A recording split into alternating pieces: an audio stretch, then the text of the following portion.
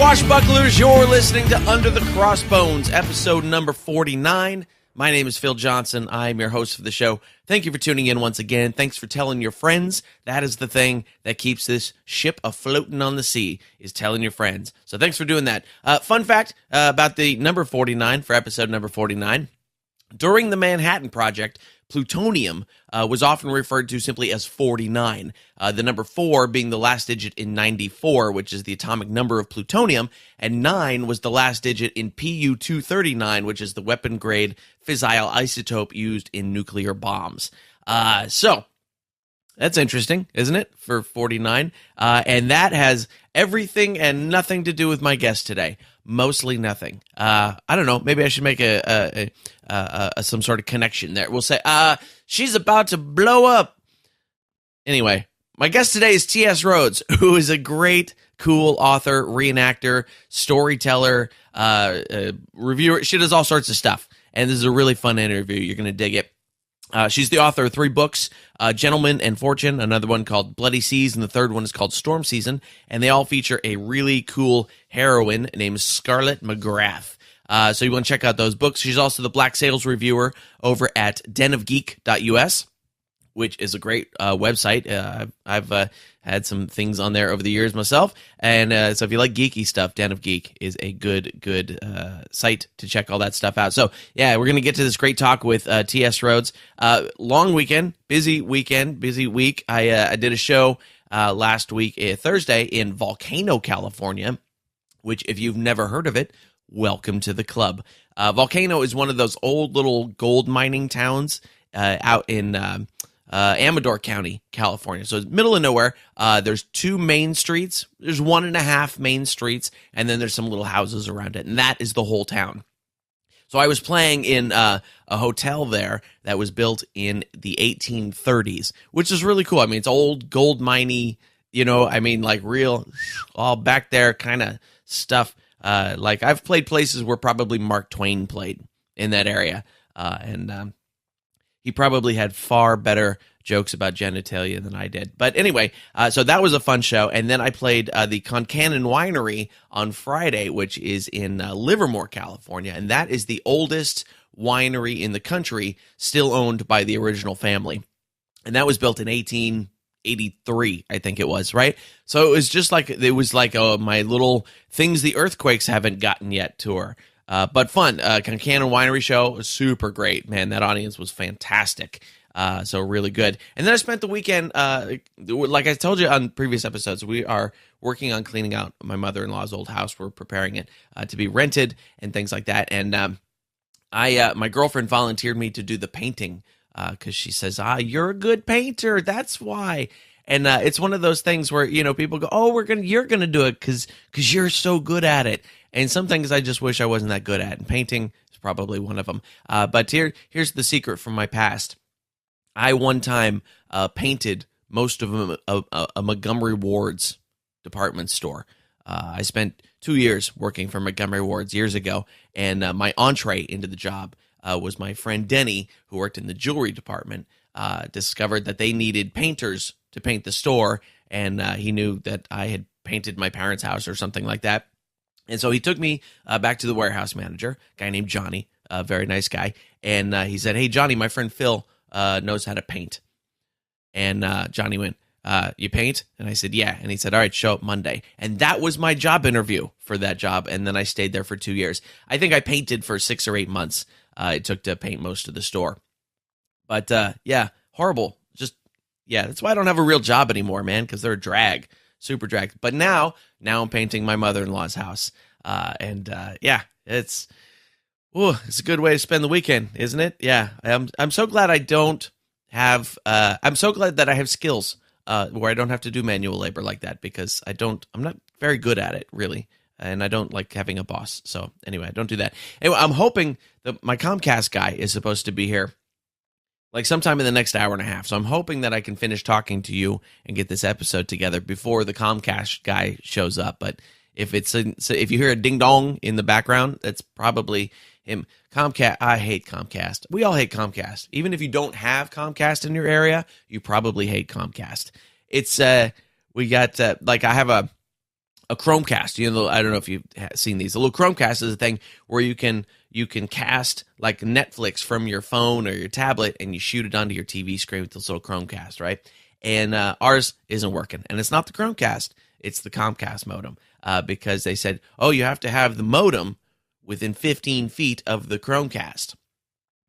Well, who's got their router in their house like within 15 feet of anything, really? I mean, that doesn't even make sense. So anyway, I complained on Twitter or something. They got in touch. They're sending a guy out again. I have the Comcast guys here about every 3 months, and nothing ever gets fixed. Anyway, there are good things coming up. I don't have any shows this week because we're in the last push of getting the house ready to be rented. And so next week, I will be back on stage. July 26th, I'll be at the Pioneer Saloon in Woodside, California. July 28th, I'll be partaking in Cheaper Than Therapy, which is a great show at the Shelton Theater in San Francisco. August 1st, Poet and Patriot, Santa Cruz, California. August 2nd, the Vintage Lounge in Turlock, California. August 4 through 6, that's 3 shows, 4, 5, 6. I'll be at Mother Mary's in Clovis, California. Let's see, August 12th, Sports Basement in San Francisco, California. August 14 and 20, I'm doing private events. Yes, private events. If you have a thing where you need a comedian, whether it's a tiny little birthday party or a big corporate thing, whatever, get in touch. I'll do them because they're good money. That's what they are. August 15th and 16th, I will be at the Burbank Comedy Festival. I may have one more set that week too, but I don't know when it is yet. All those shows take place at Flappers Comedy Club in Burbank, California. Really nice club, really good crew. If you're in the area, come out for that. August the 26th, I will be at the Lucky Penny Community Performing Arts Center in Napa, California. And that night, I am featuring for Lori Kilmartin, who is very funny. Definitely come and see that. And then August 29th through the September the 3rd, I will be at the World Series of Comedy in Las Vegas, Nevada. I will have at least one set, if not more, that week, and I don't know when it is yet, but I'll let you know when I do. If you're going to be in Vegas last week of the month, come on out. World Series Comedy, super fun event. And other stuff coming up, Washington, Oregon, Florida, Illinois. It's all coming up in the fall and the winter. Head over to underthecrossbones.com. Click on the tour dates button, and you will get all my tour dates. If you're enjoying the show, make sure to catch up with us on Facebook, facebook.com/underthecrossbones, Twitter at undercrossbones, no the in that one, and be sure that you are subscribed to the show. To do that, go to your favorite podcatcher, whether that's iTunes or Stitcher or Podcast Addict or Overcast or whatever you use, and just do a search for Under the Crossbones, and it'll pop up. And if you go to underthecrossbones.com, there is a little page there that'll help you subscribe to all that as well. And yeah, and of course, you can get all the show notes for this show at underthecrossbones.com/049. Also, the support page, don't forget. If you go to underthecrossbones.com/support, there's a little PayPal box there. You can drop whatever amount of money in there that you feel like is appropriate for you. And that is a donation to help keep the show going, because it does cost money and time. Lots of time. And there's a banner for Amazon there. Click that little banner. Buy yourself something nice. Amazon kicks me back a little percentage of that. Does not change your cost at all. And so it's an easy way to help. If you want to be a sponsor of the show, if you've got a product, a service, a something that you think a pirate crowd would like, and if you're a listener to this show, it's a good possibility, then you can be a sponsor of the show. It's very easy. Super easy, super cheap, and we'll hook it up. So you can get all that stuff at underthecrossbones.com/support. All right, let's dig in to my interview with T.S. Rhodes. Enjoy. You do a lot of different things. You're an author, you're sort of a historian, you're a reenactor. When somebody asks you what you do, how do you explain it to them? Well, I love pirates, so I tell them that I'm a pirate. Okay. And what's the usual response to that? Well, they usually laugh. I tell people that I am paid to be a pirate, that I get paid to write books about piracy, and I get paid to reenact being a pirate, and I get paid to tell stories about pirates, and that makes me a professional pirate. And they frequently get very excited about that and ask if they can become professional pirates as well.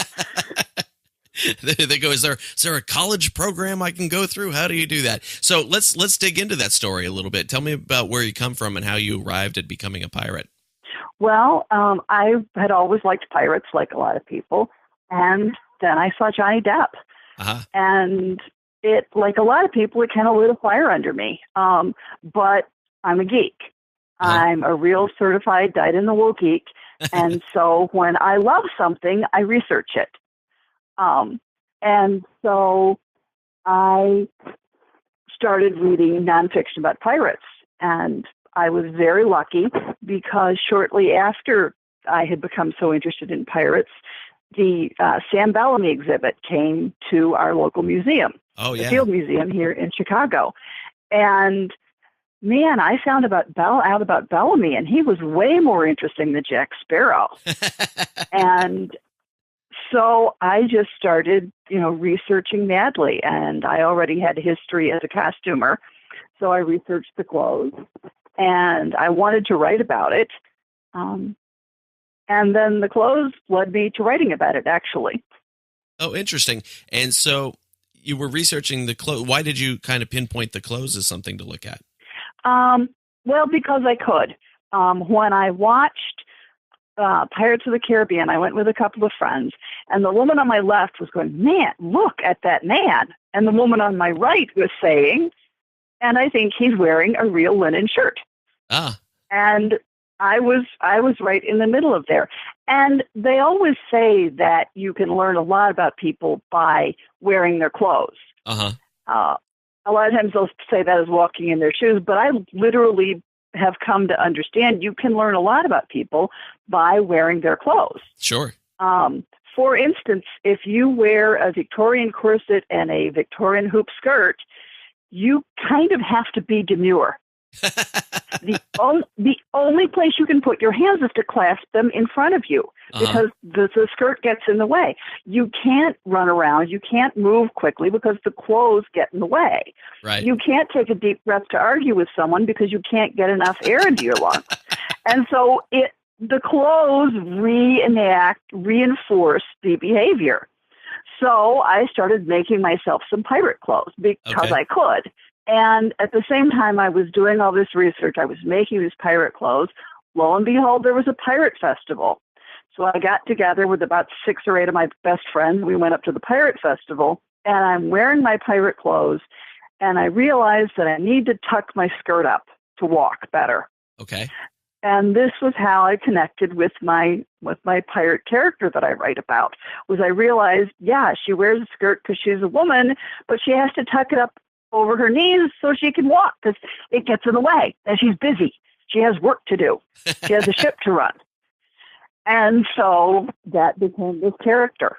So it all comes back to my research ultimately. Okay, that's fantastic. And I have to say that the Field Museum in Chicago is one of my favorite places in the world. I've been there 2 or 3 times, and anytime I go through Chicago, oh man, that's such a great museum. It's really great. So that's seeing the the Whittam Museum exhibit there must have been really fantastic. Oh, it was. I mean, it was done up absolutely first class, and I had a membership. And for this time, I came wearing my pirate T-shirt. My friends came wearing their pirate T-shirts. And then everybody made a fuss over us because when we showed up, we were already wearing the T-shirts, which was nice too. Yeah. So you get into, at what point did you discover first tell me about the character in your books, and then we can talk about where you kind of came up with her. The female pirate captain has kind of almost become a cliche. Mm-hmm. And yet here I'm doing this research, and I'm finding out about pirates who actually lived. I'm finding about Anne Bonny. I'm finding out about Mary Read. I'm finding out about various women who actually served in the Royal Navy. Mm-hmm. I'm finding about various historic women like Grace O'Malley. Mm-hmm. And the idea of a woman being at sea isn't that far-fetched. I had to look at today's world where it's a little more plausible for women to go to sea. So I just did that. That's the change that there is in my world. It's a little more plausible for women to go to sea. Okay. That's the only change to the world, pretty much. So my character's an Irish rebel, the child of Irish rebels. England at this point had captured Ireland and was being pretty hard on the Irish people, and a lot of people were simply chased away. A lot of the Irish were enslaved and sent to Barbados, and a lot of them ended up as pirates. If you listen to the accents of islands like Jamaica, you can hear a lot of Irish in those voices. And I've been hearing that for years, since long before anyone could tell me why. Why is a black person who lives in the Caribbean, who has African ancestry, sound like an Irish person? This is why. That's interesting. So she's out of this past, and her point, like a lot of pirates, she doesn't want to make the big score. She wants to get food on the table. You know, she wants to keep the ship sailing. She wants to make sure that her people don't argue too much, you know, and like I think happened to a lot of real pirate captains, this takes up most of your time. Right. You know, capturing people, absolutely. We did that on Tuesday. Now it's Wednesday and the rum has run out. Now we have a major problem. And in fact, that's the start of the first story. The rum runs out. What are we going to do? Panic.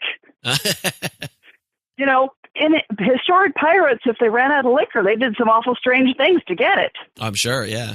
So, you know, so it's not the stories of the great big haul. We're not going to go fight Blackbeard or sail up the English Channel and attack London.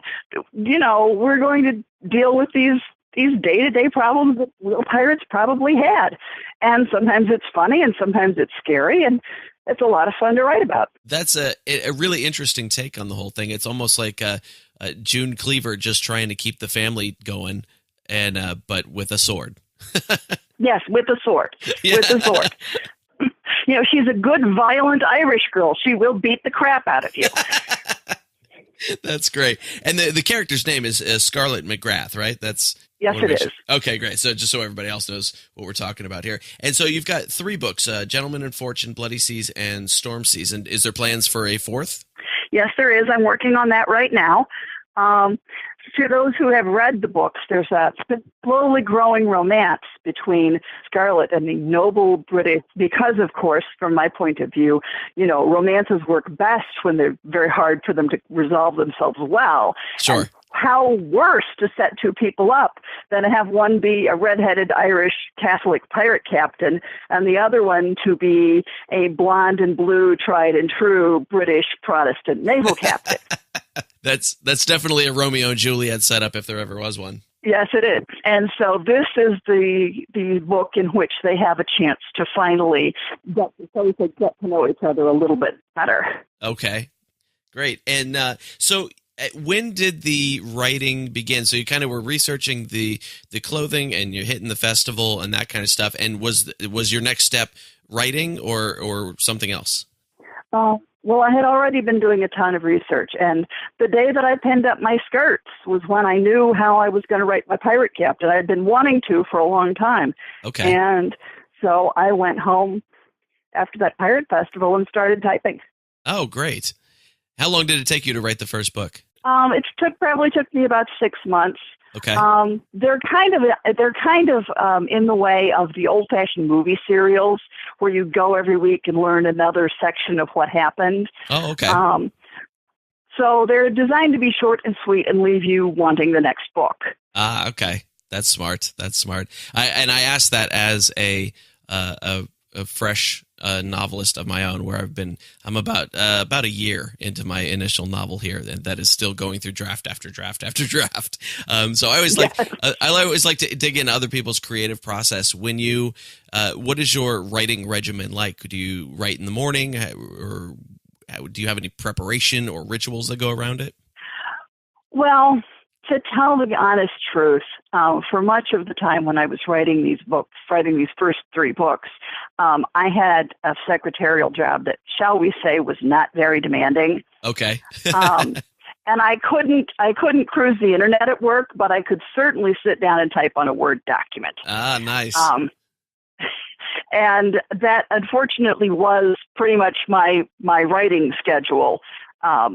Now I actually have maneuvered myself a better writing schedule, and I find that I'm not writing as much. Well, you know, it goes back to piracy. You know, I was pirating in the old days. Right, yeah. That's very funny. Yeah, it's for me. It's always I have to write at the sort of the same time every day with the same setup, and then the creativity starts to flow. But when I get away from it for a couple of days, it's hard to kind of pull back in. Yeah, that is pretty standard too.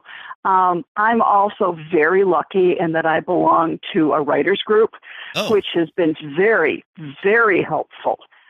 Put the first story out, and after our session was finished and everybody had made their critiques and said, you missed a period on page 3 about the middle of the page, and I don't think this word is spelled correctly, and what was going on over here, because I couldn't quite make it out. And then at the end of the session, 3 of the women walked up to me and said, "I love Scarlett." And man, that for an author, that is certainly a shot in the eye. Oh yeah, because if they like the character, they'll put up with weaknesses in story structure and things like that, as we've seen in many novels that have come out recently and big hits. Yes, it's the character, and I've always written character-driven things. These are not my first books by any means. Oh, okay. The first ones to get published, but I have other things that I've written too. Oh, fantastic! Do you ever have any plans of publishing those? The first book that I ever wrote has an end which is a train wreck. It is a terrible ending. And if I can ever figure out how to straighten out the ending, I may publish the book. But the book may be unpublishable because the ending is just terrible. Oh, I see. Okay. The next book is a fantasy piece set in a world which is somewhat like medieval Japan, just because medieval Japan is cool. Yeah. I have great hopes for it. Many other people have told me that it's good. Everybody seems to like it except publishing houses and agents. And a lot of times those people have no idea what they're talking about anyway. Well, I hope not. Harry Potter was turned down 17 times, and I haven't got up to 17 yet. But I have certainly had my share of rejections on this. Oh, yes. And I think it's a good story, and other people have thought it was a good story. But it's kind of strange. That was the point. I wanted to make it different. Apparently, I made it too different for today's writing world. We shall see. I continue to try to get it published because it would do better with a publishing house behind it. Because it's high fantasy and there's no immediate hook. Okay. With the pirates, it's very easy to categorize this. This is a pirate story. Everybody knows going in what that is. They know what they expect. They expect flintlock pistols and sword fights and ships and rum.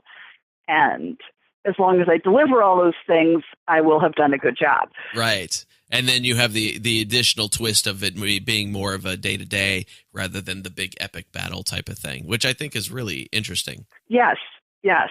I want to write something at some point in which simply the ship gets overrun with rats and they have to do something about the rat problem.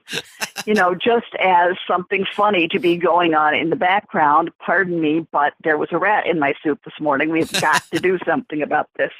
Well, there's actually a story of a Spanish ship that got tired of all the rats and they staged a rat extermination event and they killed something like 35,000 rats. Oh my gosh. Off of one ship. Jeez. Now, of course, this is one of those big Spanish galleon things. Right. But, there wasn't really any rat poison at the time. And, there's a lot of places to hide in ships. And, and yeah, you can have some awfully exciting things happen with rats if that's not too gross. Right. So, yeah, there's a lot of funny stuff.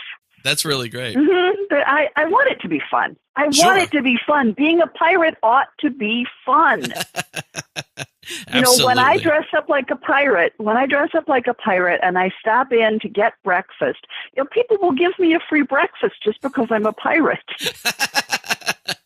Well, they think you're going to engage them, and so that's what the Jolly Roger is for, is to make people just surrender, and that's what they're doing. They're surrendering breakfast to you. Apparently. So since this whole thing started with the clothing idea, where do you come down on the debate of a lot of the stuff that we see in pirate popular culture actually was not what they wore, and that the traditional stuff that they would have worn in the period was fairly different from what we see now? That's true. That's true. Both of them are true. There are different species of pirate. There's the historical reenactment pirate, which likely doesn't look much like a pirate that is immediately recognizable as a pirate. Then there's the species Ren Fair pirate, which I wrote a blog post about. You know, there are certain things that Ren Fair people do to look like pirates. And then there's the Pirate Festival pirate, who likely has more stuff attached to his belt than a real pirate owned in his entire life. Probably true, yes. Well, because I've been there. You go to the Ren Fair or you go to the Pirate Festival, you see all this cool stuff. You want to buy something, so you buy something, and then what do you do with it? You hang it off your belt. Right. And so there's flasks, and there's water containers, and there's whips, and there's at the last Pirate Festival I was at, there was a guy dragging around a pie tin with a rat in it because he was a pie rat. Oh no, bad wordplay jokes. Bad wordplay jokes. Oh man, the one I disagreed with that I saw was the pirate wearing the fanny pack. I thought that was completely uncalled for. I've seen that one.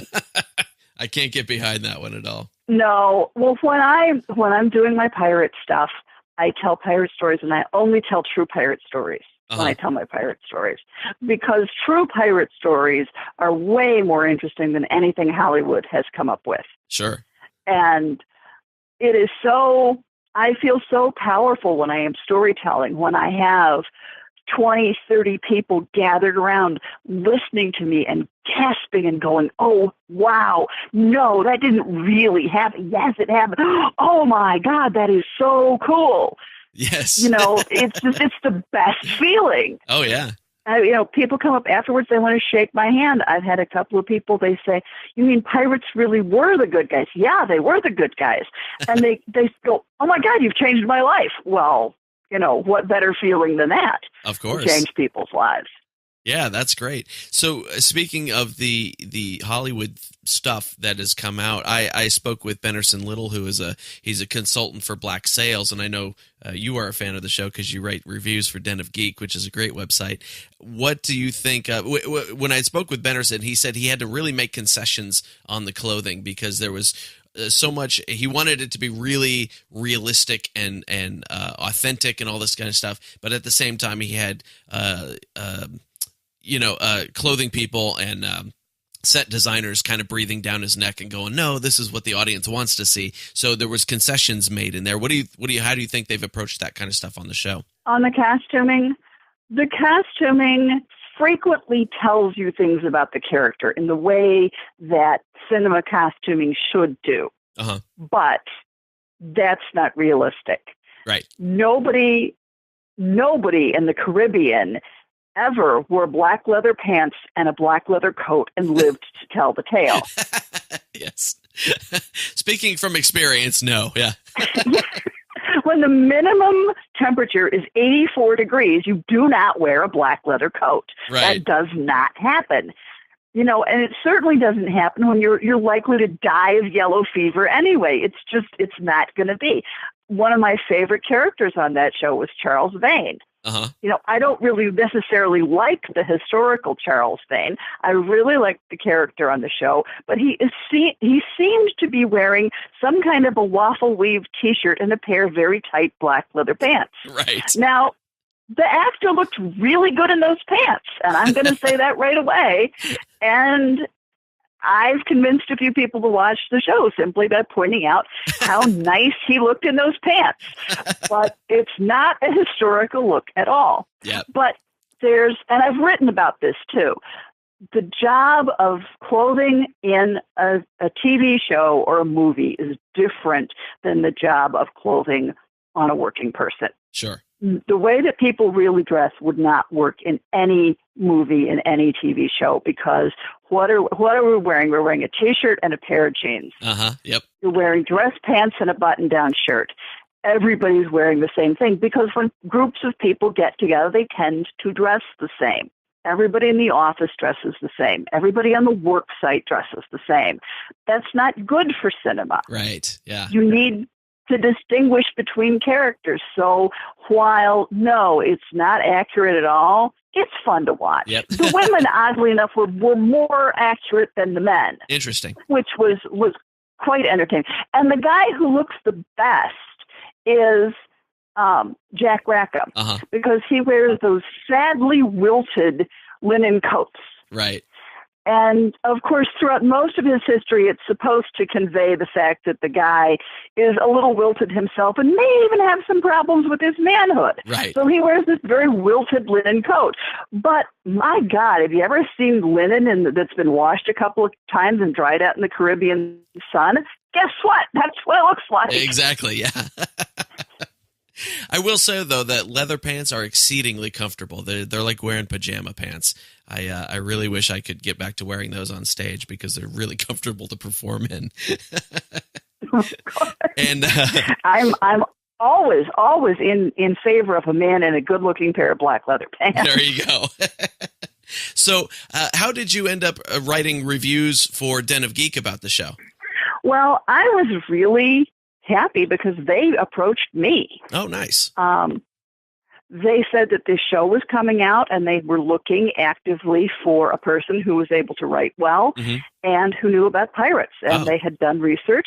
They had found my blog online, and I was approached and I was offered the job, and I was extremely flattered and I took it.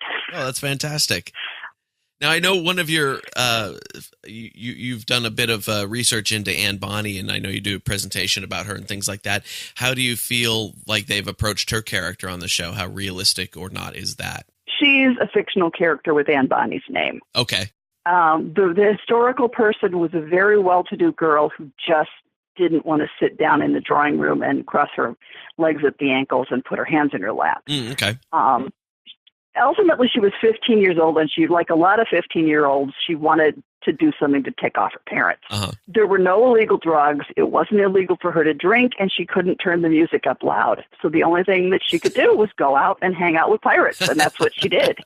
And you look at her history, and it's right there, 15, 16. That's when she took off and started behaving like a mad woman. Why? Probably because she was 15, and she got enmeshed in pirates, and she didn't want to come unmeshed. And at the end, yeah, she was perfectly willing when she was a little older to calm down and get married to Jack Rackham, but she couldn't do that because they wouldn't let her. Right. And you don't tell a redheaded Irish girl like that she just can't get what she wants, because that doesn't work out well, So she and Jack ran off and became pirates. Right. And the powers that be could have cut that whole thing off by just giving Anne her way, but no, they wouldn't do it. So interesting. Do you have any favorite resources about her story? Because I've always had difficulty finding good things about her. There are so many different sources, and they are so confusing. I have basically just read everything I can get my hands on and written the story out so many times that I can see where the track goes. When you actually write out a story chronologically, a lot of times you will see connections between things that you didn't see before. Okay. And for instance, when I was just writing my nonfiction book, I wrote out the story of Henry Jennings, who was the famous pirate captain, and I also wrote out the story of Sam Bellamy. Now, people who know their pirate history know that Jennings and Bellamy worked together for about 6 hours, and then had a major altercation. Right. I know what they fought about. Oh, okay. I know what they fought about because I have gone through exactly what Jennings was doing step by step and the attitudes that he was upholding. And I have been going through what Bellamy was doing step by step.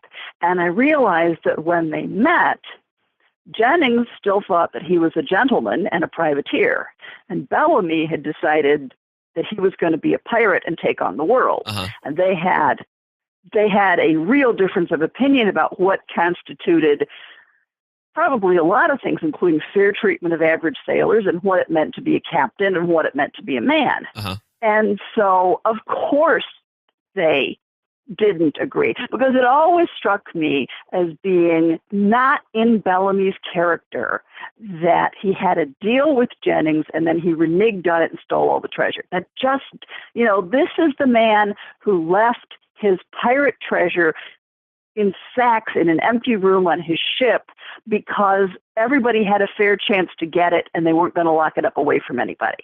Okay. This is not the guy who steals from another pirate. Sure. Unless, of course, the other guy reneges on his deal first. Okay. You try to cheat Bellamy and he's going to take what he thinks belongs to him and he's going to duck out the back way. Sure. And that made sense to me when I went down through all of these historical facts step by step by step. And that's how I've done Anne Bonny's life. You just look at all the facts you can get over and over again, and you sort of see how these things string together. Mm-hmm. And I could be wrong. I don't think I'm wrong, but I could be wrong because we will never know short of conjuring her ghost and having a talk. Right. That's pretty fascinating, though, that she would just be sort of a rebellious teenager. I guess now they would just, drink and do drugs and get a piercing. And she probably had a piercing. Yeah, absolutely. Yeah. That's really great, though. So as you've released these as self-published books right through, I think it was through CreateSpace, if I saw right. Yes. Yeah. How has your experience been as an independent author without the backing of a publishing company? What kind of stuff do you do to promote the books and market them, and how do you get the word out? Well, I've got the blog. I've got a Facebook page. I've got a presence on Goodreads. I do giveaways and promotions through CreateSpace, through Amazon from time to time. Okay. I sell an awful lot of my books in person. Oh, okay. When I put them in somebody's hands and they look at the book, they tend to buy it. Because for one thing, they can see that although it is a self-published book, it is a self-published book which is done with the same care and professionalism that would be done with a professionally published book. Sure. I have a cover that it took me a week and a half to make, and I hired the art out to a professional artist because I wanted custom-made art that was right. The inside of the book, I am very fortunate. One of the many jobs that I have held as I've wrangled my way through life is as a book creator, I have to call it. Okay. They used to be called paste-up artists back in the day when you cut pieces of paper with words on them and glued them together and made the thing that would be printed to make a book. But I know these technical formal rules for making a book. Okay. And because I've had to work as a secretary to pay the bills, I know how to do things in Word really well. So I designed the insides of my books in Word and used that for CreateSpace, and it looks like a professional book. Very good. Because I wouldn't put out anything less than that. It's got to look right. It's got to be right. And then people buy it, and then I get the enjoyment of watching their responses. I can definitely agree with you on the selling in person being far more effective than anything else, because at the same thing with me, I sell more CDs and DVDs at my shows than I ever sell online. And it's just that idea of they've seen you, they've met you, the thing is in their hand, that's how they're going to get it now. And it almost sort of shatters the whole internet marketing assumption because it's still that hand-to-hand marketing that works the best. So I think that's pretty interesting that it works for you too. I think you're right. Well, what is it? There's 6 million books out on Amazon right now. Yeah. How are they even going to find yours? Right. But when they talk to you, and people who hear me talk about pirates, they want my books because they know I know what I'm talking about.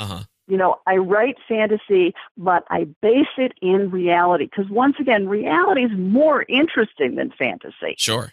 In a lot of ways. And you just had a very positive reaction to the fact that it's a disaster if we run out of liquor.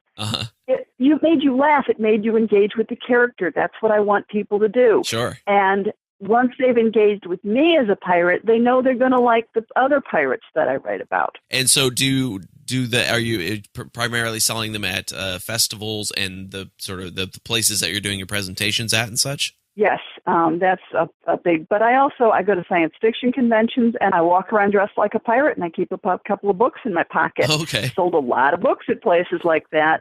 I've gone to to fairy festivals. Okay.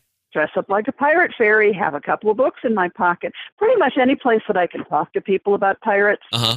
And I always keep a box of books in the trunk of my car. Sure. Because it's just, somebody says, I'd really like to buy your book. You know what? I've got one in the trunk of the car right now. Why don't we go out and get it? Because I'm just not going to let anybody stop me this way. That's great. If somebody wants my book, they're going to be able to get one. That's just the way it works. It's funny because I had a mentor in the music industry, a guy named Tim Sweeney, who unfortunately passed away last year. But the way you're describing it to me, it sounds like you were sitting in a Tim Sweeney conference because he was always like, always have your stuff in the trunk of your car, carry it with you at all times, talk to everybody. It was that exact thing. So I'm having flashbacks to Tim Sweeney smacking me in the head now. It works. I mean, this is what works. You engage with people and you let them know what you got. Yep.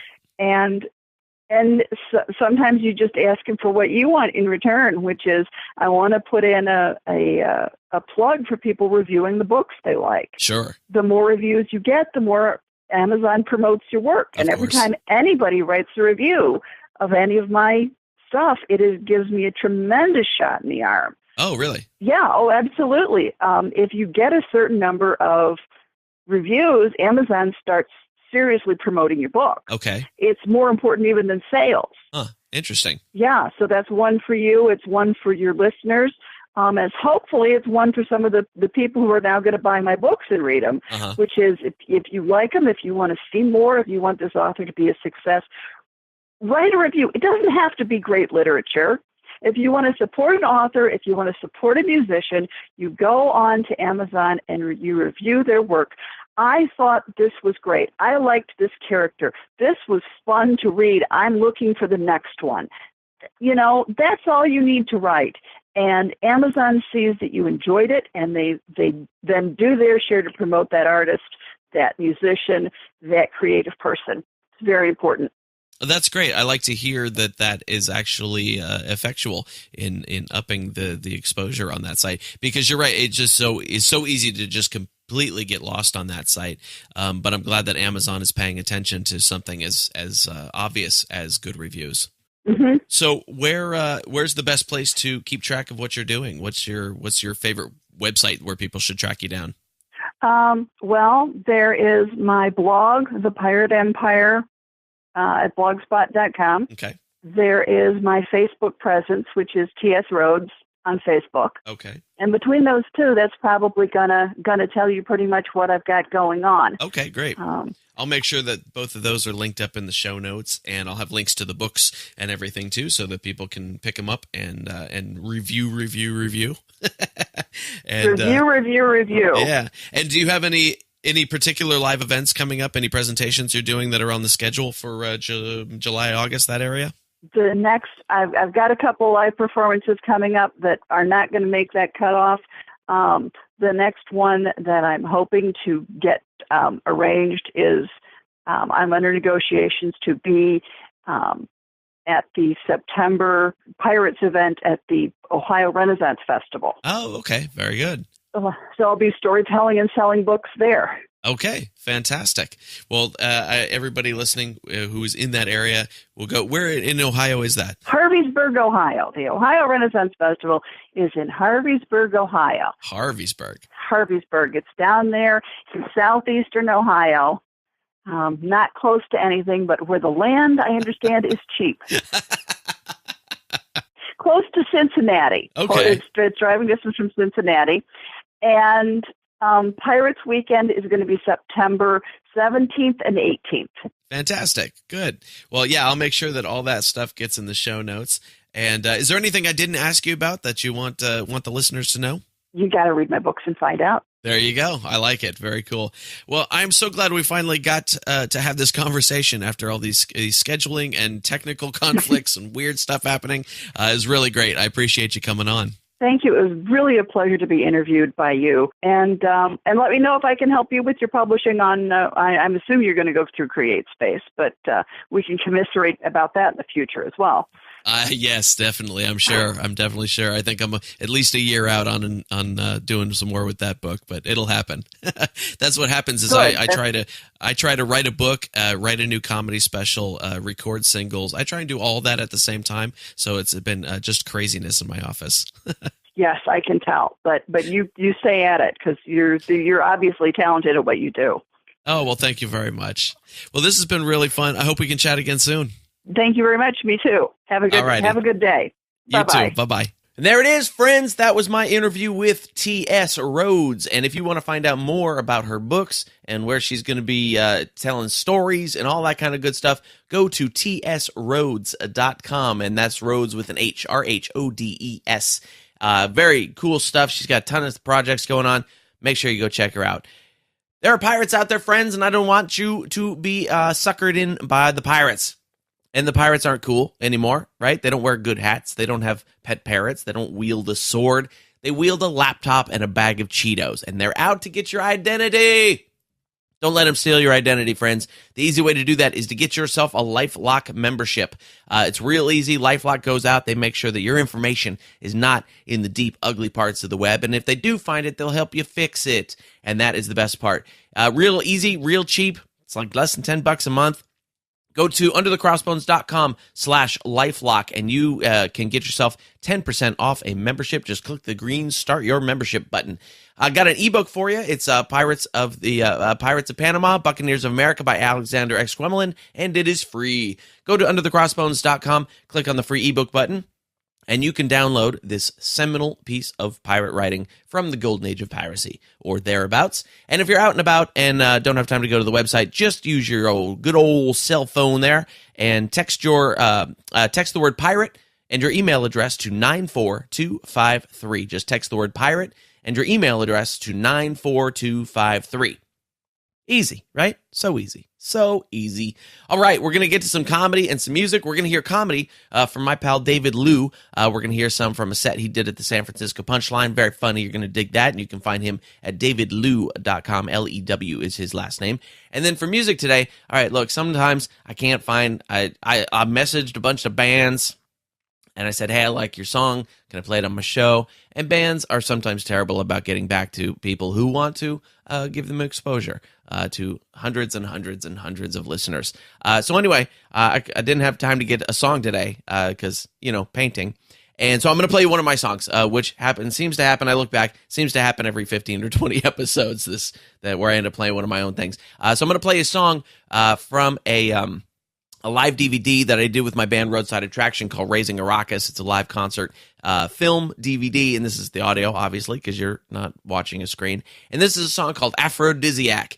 And the premise was I wanted to write like a spy theme, and I came up with this cool spy theme melody, but then I wanted it to be like a different kind of, almost like a blaxploitation movie, like a Shaft, that kind of thing. So it's a mixture between James Bond and Shaft, and there's a whole story to it. So listen to the words. He's a very sassy 70s kind of super spy, and it's a lot of fun. And I'm pretty sure this is the only time we ever played this song, because I wrote it for this show, for this DVD that we were filming, and we didn't play much after that. I play with my band about once every 7 years at this point, mostly because I'm too busy performing by myself. But I'm pretty sure this is the only time we ever performed Aphrodisiac, and it's one of my favorite songs that I've ever written. So anyway, hope you dig it too. All right, here we go. Comedy from David Lew, and then Aphrodisiac by Phil Johnson, and Roadside Attraction from the album Raising a Ruckus. Enjoy. I grew up a fat kid. I don't know if you guys could tell. I mentioned that earlier, the tumbling. I had to do things that guys don't normally do because they worked. I'm 32, by the way. So I used to make mixtapes. That's how I used to get girls. People don't know about mixtapes anymore. You guys don't know about that. After that, they burned CDs. Remember that? They used to burn CDs. Now I don't know what they do. I assume that kids just give each other flash drives. I guess it's like, here you go. Every song ever made. Ever. Ever. I love you. Give it back, though. I have homework on it. Give it back. Drag and drop, woman. Drag and drop. First mixtape I ever made for a girl, Magdalena Rubio. I'll never forget it. She made a mixtape to tell me she did not like me. And this was in the night. I'm 32, like I said. So this is back when 90s R&B was a huge thing. And my favorite type of music to this day is 90s R&B. H-Town, Jodeci. Boys to Men for White People. She made a mixtape to tell me she did not like me. How long did she have to, well, she didn't have to wait that long, because there was a song called TLC's No Scrubs. You guys remember that song? The diss is in the song, if you guys don't know what a scrub is a guy who thinks he's fly. A scrub is a loser. She said, David Lew, you're a loser, I don't want to be with you. And she played the song for me. She made it on the mixtape. Here's the thing, I was 12 years old, so the disses in the song didn't really resonate with me. First diss was like, if you live at home with your mama. I was like, bitch, I'm 12. We all live with our mamas. I'm like, what is your home life like? There was one song I put on every mixtape that worked like a charm. I'll tell you guys really quick. You may not know it. It's a very obscure 90s song. It was by a group called Silk. Hey, what's up? They had a song called Freak Me. Arguably one of the horniest songs ever written. Like, to this day, if you listen to that song, you can still press charges for sexual harassment. This is the chorus. I like singing, so I'm going to sing a little bit. This is how the chorus went. Let me lick you up and down till you say stop.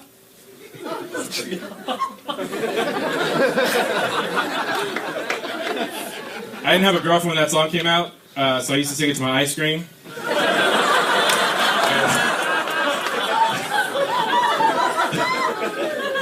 They used to love me in Cold Stone. They used to love me in Cold Stone. They would pay me $1 to sing. I just stand there by myself. Let me lick you up.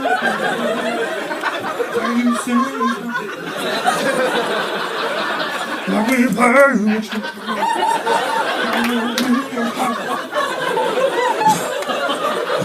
you. Oh, yeah. This is a very true story. Yeah. About a international super spy. Really happened. No Shaft, no Austin Powers, no James Bond. This guy's got him on beat. His name is Aphrodisiac.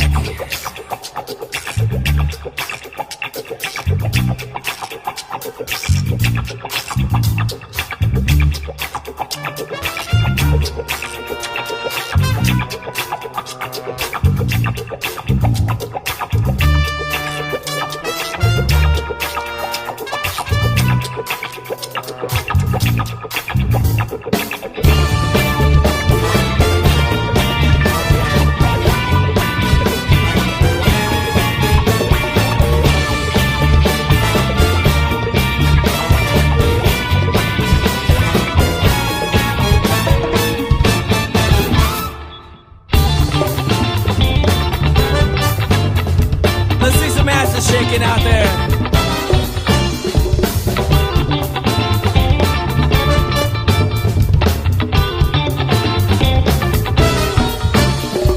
Ain't no one seen a brother like the brother that we seen. His Afro-cast shadow as big as his meat, see? The girls line up to say, take me poppy. Every coochie left happy and a little bit sloppy. Super duper fly for a super spy. Foils every attempt to make the world cry by his arch nemesis. Victim of a Nazi cut, this poor little bastard we call Left Nut. Aphrodisiac is the top spy for the secret government agency known as the Bureau of Official Tits and Yonis, or BOOTE. It is his responsibility to protect the women of the world from nefarious criminals such as Left Nut and their pathetic schemes to hoard the world's supply of poontang.